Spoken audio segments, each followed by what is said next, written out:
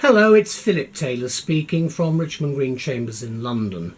Today I'm looking at a book which has come to us from Edward Elgar. It's a small book here. The title is European Patent Litigation in the Shadow of the Unified Patent Court, the UPC. The book's been written by Luke McDonough. It's available as an e-book as well as an ordinary hardback book. It's also available electronically under the Elgar online system, and the information is actually in the book. I'll show you that in a moment. And we've given it a title. As I say, the e-book is useful too.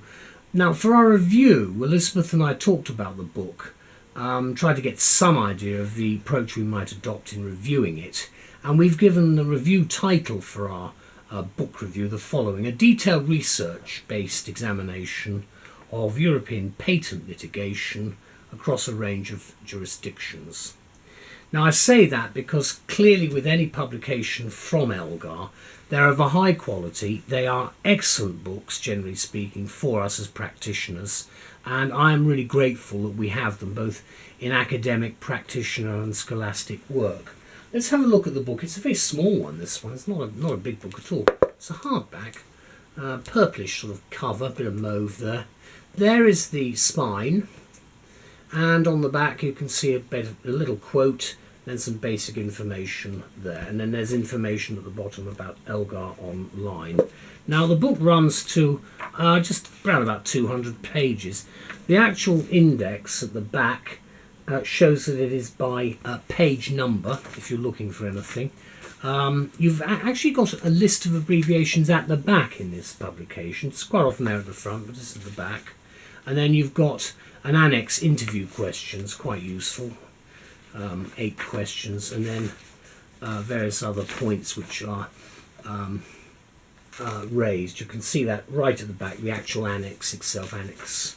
And then before that you've got the bibliography. Again, quite a long bibliography. And then you're into the meat of the publication. You've got some footnoting, not too much, and you've got subheads. Now if we go to the front of the book, what you've got in the front, there is the front page there, and you've got, that's the basic. There's a nice dedication which I just want to show you there, that dedication. It's on the other side, normally it's on the other side, but there we go. That is the front page. And then after that we get into information about the online side with the numbers and codes, and then you've got the contents section there. It runs through to 5 chapters, an introduction, chapter 1, and conclusion, chapter 5. Then there are some acknowledgements which Luke has set out, dated January 2016, with the assistance he's had. A very small amount of case law, and some legislation, again by country. And then we get into the introduction, a new beginning for the European patent system, question mark. Now, there is of course footnoting. Now of course, since this was written, we had the decision in 23rd of June 2016 to leave the EU. The question is what is going to happen? No idea at the moment, except that there probably will be some fairly profound changes. However, we're taking it on the basis at the moment that whatever is happening is a fairly long way down the road at the moment. But it's something that we ought to bear in mind, because quite a lot of these books will be rewritten to take effect of the decision by the United Kingdom to leave the European Union at some stage. We don't know when Article 50 will be triggered. I'm recording this in the summer of 2016, and we'll have to wait and see exactly what happens next, but it could be sooner rather than later. This is what we say about the book, about the European patent litigation at the moment, in the shadow of the UPC. As the author Luke McDonough explains, the rationale for the writing of this book, as it is now possible for the first time to paint an accurate, detailed picture of patent litigation in Europe. Excuse me. This he does with commendable clarity, focusing on key European jurisdictions and referring to what he calls the seismic shift in European patent reform, which led inexorably to the creation of the Unified Patent Court, UPC, as a result of an intergovernment agreement in 2013 signed by the UK and 24 other countries. Again, as I say, I don't quite know where we're going to be in the future on some of these agreements. I'm just hoping we can save as many of them as we can, especially the ones we think are sensible and are for the benefit of certainly of Britain and of course for other countries. Using recent data gleaned from a number of major studies, what the author's done is in the book he deals with the subject of patent litigation in 4 key European jurisdictions: the United Kingdom, Germany, France and the Netherlands, where most, of course, European patent litigation actually takes place. It's a new title from Elgar, and the book focuses on the possible impact of the UPC and the UP patent litigation over both the shorter and the longer term. Now, it's difficult to say with the long term what that will be, but we can do some analysis even now. In examining the current state of patent litigation within Europe and the crucial features of the reforms, McDonough casts a speculative eye on the probable state of European patent litigation in the decades ahead. Always a bit dangerous, but I think very helpful in this case. The hope here is that at some time in the future, the European patent system might be unified, thus offering innovators and inventors a cost-effective, easy-to-use system to ensure adequate protection of their intellectual property. And that, of course, is the long-term aim. And I don't think either party politics or leaving the EU should really have anything to do with this, but you never know. Speaking of which, this book, like many others of late, was written shortly before the UK decision to leave. It's an earth-moving decision, we call it, to leave the European Union. So when it comes to patent litigation, an aura of uncertainty, of course, now looms. I think it's inevitable.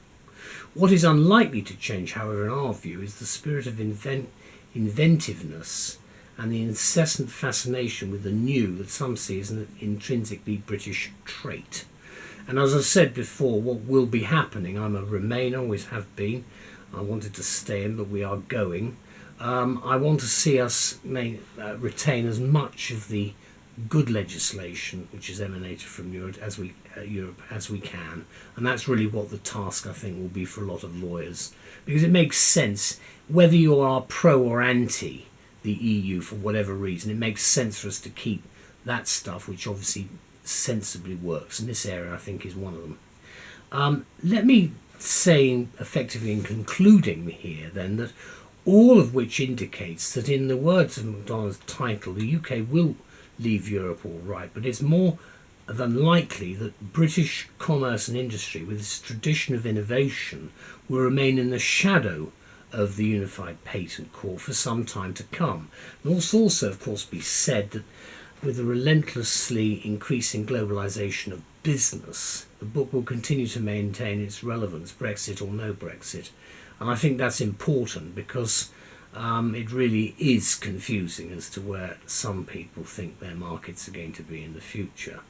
But we shall see. The book itself has been clearly written and organised and extensively footnoted.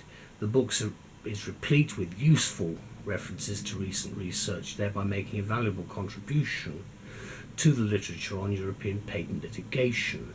It's also worth noting that the author's acknowledgement that the UK Intellectual Property Office provided the funding which supported his underlying research, and we thank them for that because this book is very, very helpful for everybody involved in patent law. Certainly the practical information and insightful commentary contained throughout the book will be appreciated by students, academics and policymakers as well as practitioners. And we're indebted, as I've said before, to Elgar for producing this sort of work for us. It's of a very high standard.